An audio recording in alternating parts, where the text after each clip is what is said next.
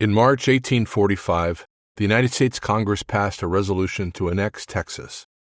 Newspaperman John L. O'Sullivan proclaimed annexation as part of America's manifest destiny. His vision was not only geographic, it encompassed a transcontinental American democracy. It meant the expansion of American territory and American ideals. Neither sentiment was shared in Mexico City. Despite the 1836 Texas Revolution, Mexico had not recognized Texas as an independent republic. When, in 1845, Texas became the 28th state, the Mexican government severed diplomatic ties with the U.S. The next year, the two countries were at war. Mexico would lose more than half its territory. America would grow by more than one-third.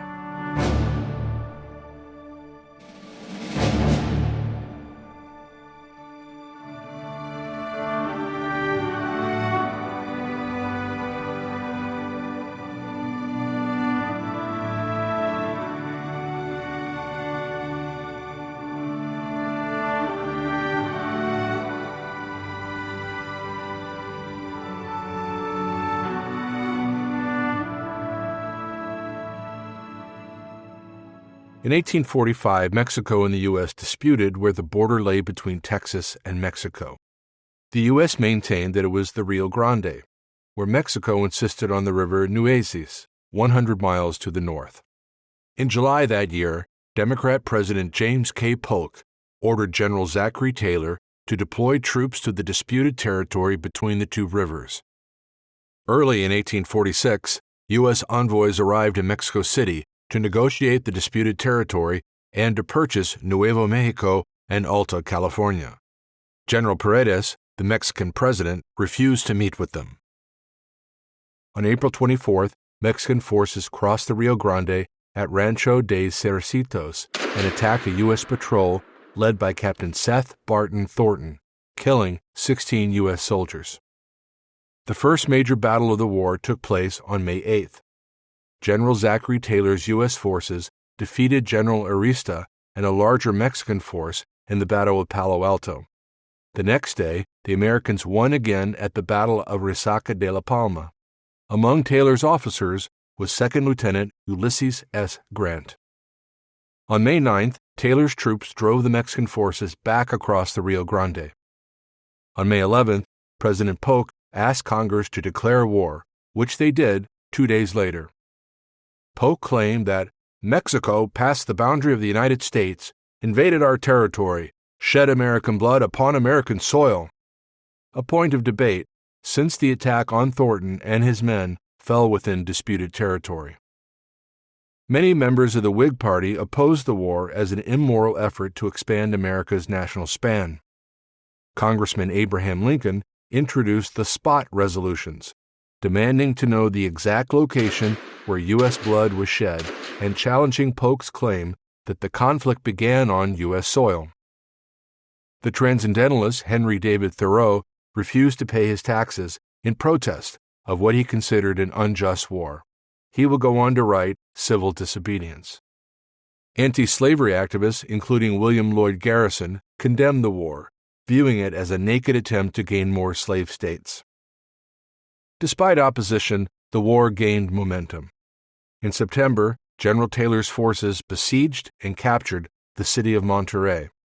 Before the year's end, the U.S. Navy had blockaded Mexico's Gulf Coast ports.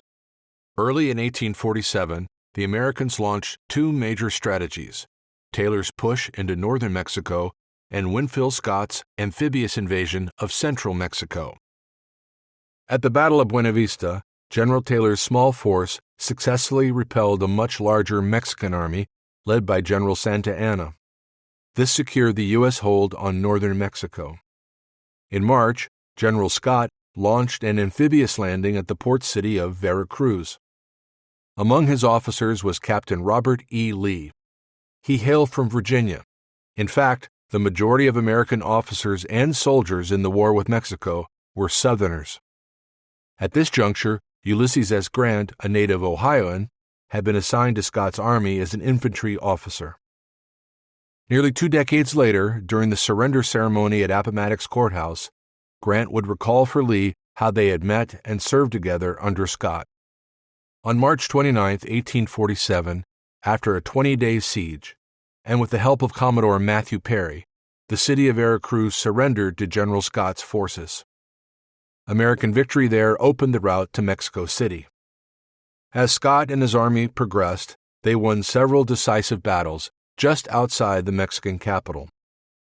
On September 12th, they stormed the Chapultepec fortress. Among the defenders were 6 Mexican cadets, known as the Niños Héroes. 5 died defending the castle from the Americans.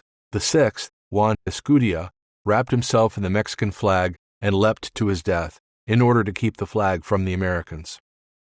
On September 14th, Mexico City fell to Scott's forces. U.S. Marines raised the American flag above Chapultepec, a memory enshrined in the first line of the Marine Corps hymn, from the halls of Montezuma to the shores of Tripoli. The Treaty of Guadalupe Hidalgo formally ended the war on February 2, 1848.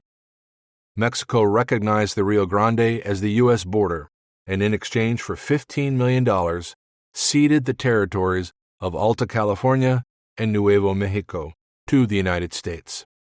The event is known as the Mexican Cession. On July 4, 1848, President Polk formally proclaimed the treaty in effect. Mexico had lost 55% of its land, some 525,000 square miles.